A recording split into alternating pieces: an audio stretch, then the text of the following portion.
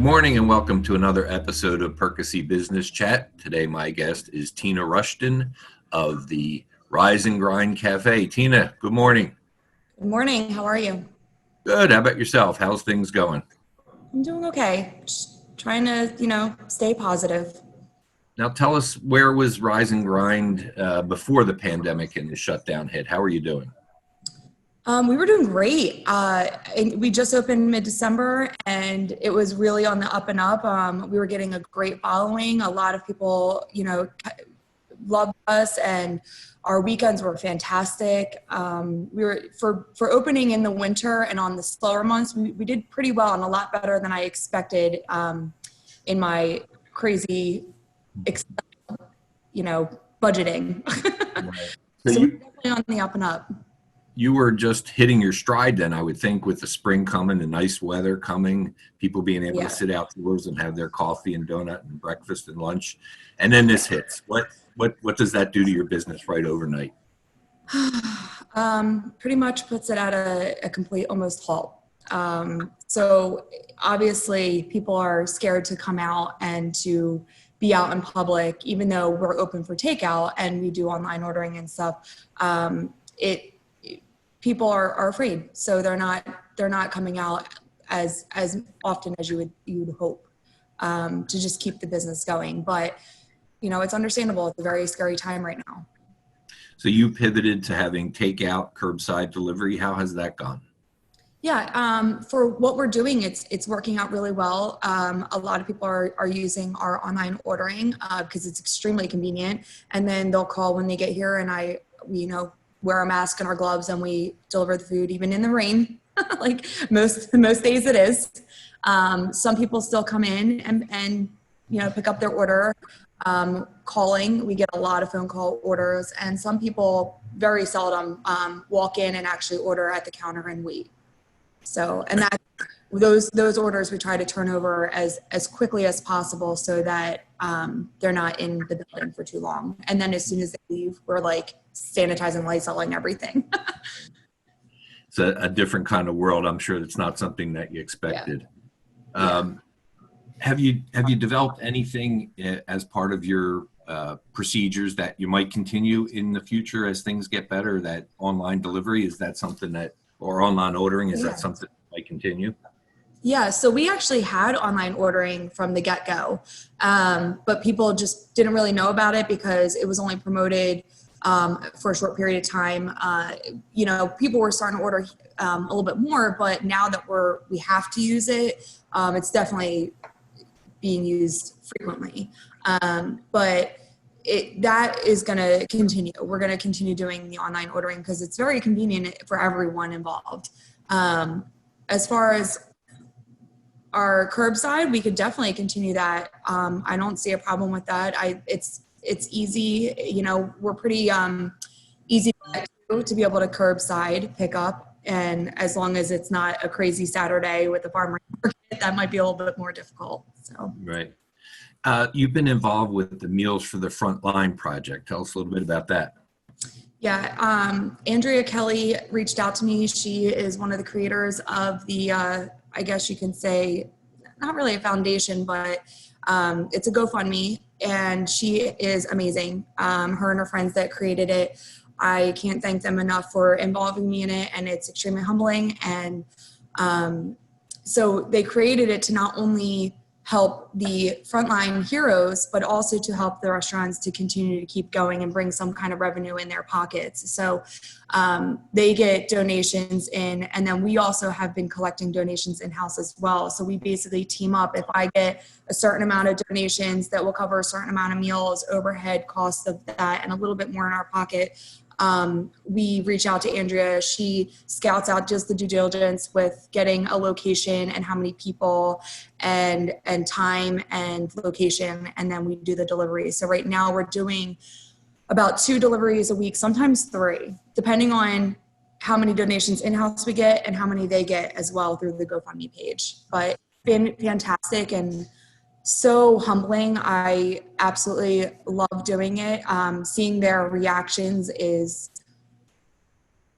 not to get choked up because I'm a sentimental person, It's definitely humbling, to say the least. Where are some of the places that you've delivered your goodies to? So I've done goodies to the postal office in Perkasie twice. I've done deliveries to lunch deliveries to the Hilltown Police, Perkasie Borough Police, Solderton Police, Telford Police. I've done St. Luke's and let's see, Abington Lansdale Hospital. And we did a Jefferson Hospital pop-up location that was a test site last week. I actually, I post every time I do a delivery so people know where we're delivering to and how far and how many, and so that people can see that, even Andrea is doing such a fantastic job with putting this together. But the delivery last week, I got to tell you, with the test site, it made a whole different reality come to light in my eyes. I left there crying.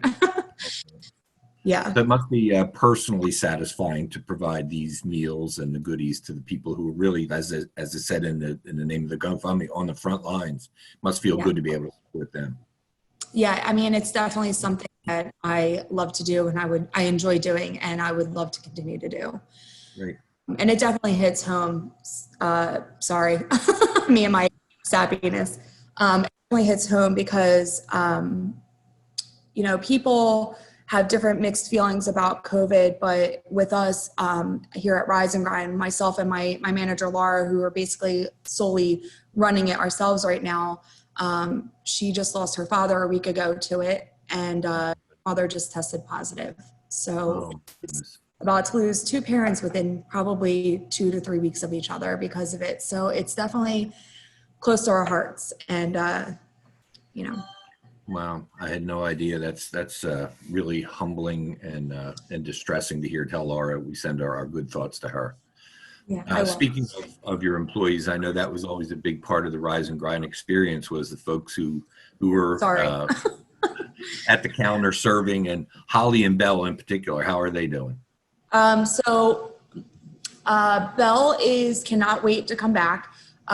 We brought her back just for one day when Laura's father wound up coming down with it. And then we wound up closing the cafe for a couple of days so that, she could grieve and stuff. And then she wanted to come back to work. So one of those days that she wasn't here, Belle came in and stepped in and helped out. So I miss my employees. Especially them. They are very much lights in this place, and positivity as soon as you walk in the door. Molly, on the other hand, has taken a different route, and she moved to South Carolina. Oh my goodness. I've lost a couple employees. She's one of them, and I'm sad about it. I'm gonna miss her, and especially the bond that her and Belle have, and because everybody knows them and everybody sees that, and it just makes it so homey and cozy here. I'm gonna miss that, but I'm really happy for her, and she couldn't have picked a more perfect time to move. Oh my goodness. Yes, that's for sure. Yeah. Tell us how you are personally dealing with the uncertainty and the what's going on over the next couple of weeks and months. How are you dealing with it? I try not to dwell on the negativity portion of it, and it's such an unknown territory right now for restaurants and for most businesses that are really truly affected by it. But with the restaurant business and the phases that are to come are a little scary for restaurants. So we're not able to open even at 50% capacity until phase 3. And that's if numbers don't spike. At best, we could open at 50% by June 5th if they start May 8th. If numbers spike, it's going to change all over again and start the whole process over again. So at best, we're looking at June 5th and only at 50% capacity. And if that's what's going to happen, I mean, who knows what that means for any restaurant, let alone our cafe. So I'm trying not to really focus on that. I always look to the future. I'm very much a planner, but I'm trying to stay positive and stay in it and keep pushing every day and doing the best we can. And, people come in and ask us all the time, and I'm very transparent with, what's going on and how business is, so that people know. And, hopefully they won't be so afraid. They know that the precautions that we're taking with trying to stay sanitary and clean so that nobody can pick up that here. So that, you know, when we do open, people won't be afraid to come in. Good. So trying to plan. Things might change a little bit at the cafe, I gotta tell you. There are some changes in the works that my husband and I are working on right now.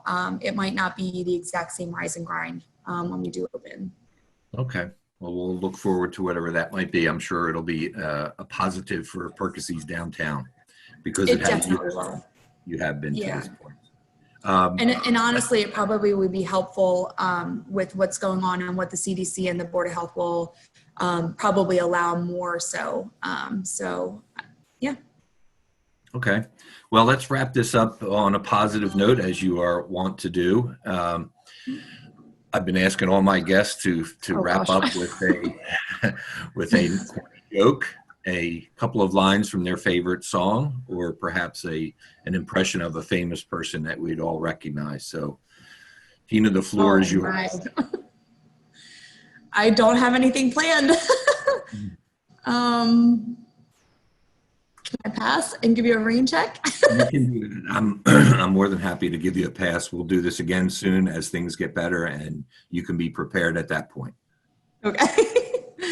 Folks, my message to the community is please get out there and support Rise and Grind and all the restaurants in our downtown. They need your help now. They were there when you needed them in the past, and they need you now. So please get out there, support them any way you can. Make a donation to Meals for the Frontline. Order lunch, order breakfast. Do something. Keep our restaurants moving forward. All right. Thanks, Tina. Be safe. Take care. You too. Bye. Bye-bye.